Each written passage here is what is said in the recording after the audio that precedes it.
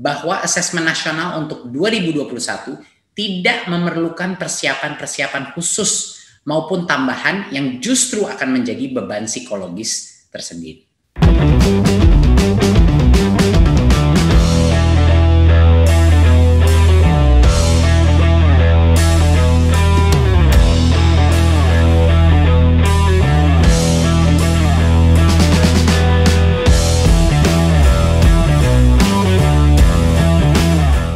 Assalamualaikum, selamat datang kembali di channel Cenitnit. Rizal Gibran kembali hadir memberikan informasi seputar bantuan operasional sekolah tahun 2021, di mana di dalamnya terdapat asesmen nasional. Komponen apa saja yang bisa dibiayai dari dana BOS untuk asesmen nasional? Simak terus informasinya berikut ini.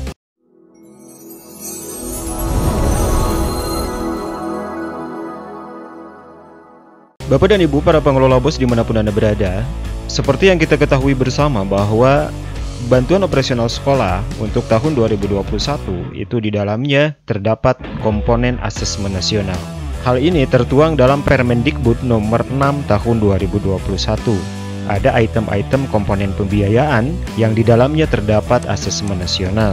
Salah satu contohnya di sini di poin D, ini terdapat pembiayaan pelaksanaan kegiatan asesmen dan evaluasi pembelajaran. Tentu Bapak dan Ibu di setiap satuan pendidikan masih kebingungan anggaran apa saja yang harus masuk ataupun juga yang bisa didanai dari dana BOS tersebut. Nah, dalam video kali ini kita akan mencoba memberikan informasi kepada Bapak dan Ibu semuanya terkait asesmen nasional tersebut.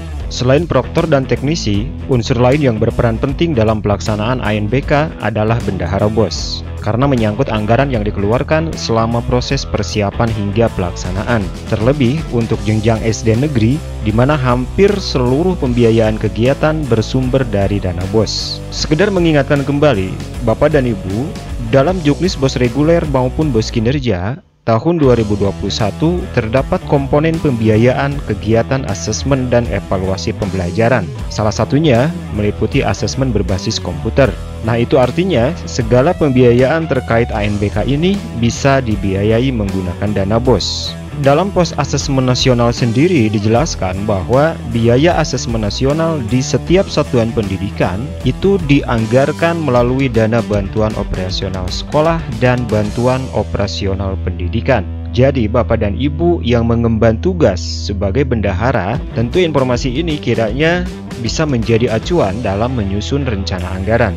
Apa saja jenis biaya terkait asesmen nasional yang bisa didanai dari dana BOS tersebut? Biaya pelaksanaan asesmen tingkat satuan pendidikan, baik di sekolah mandiri maupun menumpang ataupun ditumpangi, ini terdapat beberapa komponen. Yang pertama adalah pengisian dan pengiriman data calon peserta asesmen nasional ke pelaksana asesmen nasional tingkat kabupaten. Untuk poin 1, misalkan Bapak dan Ibu memerlukan laporan yang bersifat online misalkan. Nah, Bapak dan Ibu ini bisa menganggarkan untuk pembelian kuota, misalkan kuota data begitu ya, ataupun juga memberikan upah terhadap orang yang menginput data tersebut. Kemudian yang kedua, ini di sini ada penyiapan sistem ANBK termasuk dengan mekanisme resource sharing.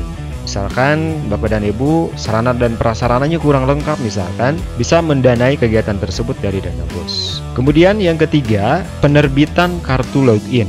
Misalkan untuk siswa, Bapak dan Ibu itu membuat kartu misalkan ya, dan itu bisa dicetak ulang ataupun juga dijadikan misalkan semacam kartu KTP ataupun juga kartu BPJS dan sebagainya. Tentu itu akan memerlukan biaya sehingga hal tersebut bisa didanai dari dana BOS. Selanjutnya di sini ada pelaksanaan sosialisasi dan koordinasi pelaksanaan asesmen nasional.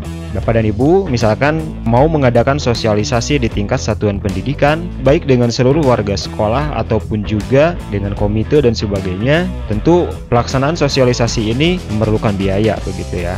Ya, sekedar untuk konsumsi dan sebagainya. Ataupun juga Bapak dan Ibu melakukan koordinasi ke level yang lebih tinggi, misalkan ke tingkat kecamatan, ke tingkat kabupaten dan sebagainya. Tentu itu juga memerlukan anggaran dan memerlukan biaya. Kemudian yang kelima adalah penyiapan sarana dan prasarana pendukung pelaksanaan asesmen nasional.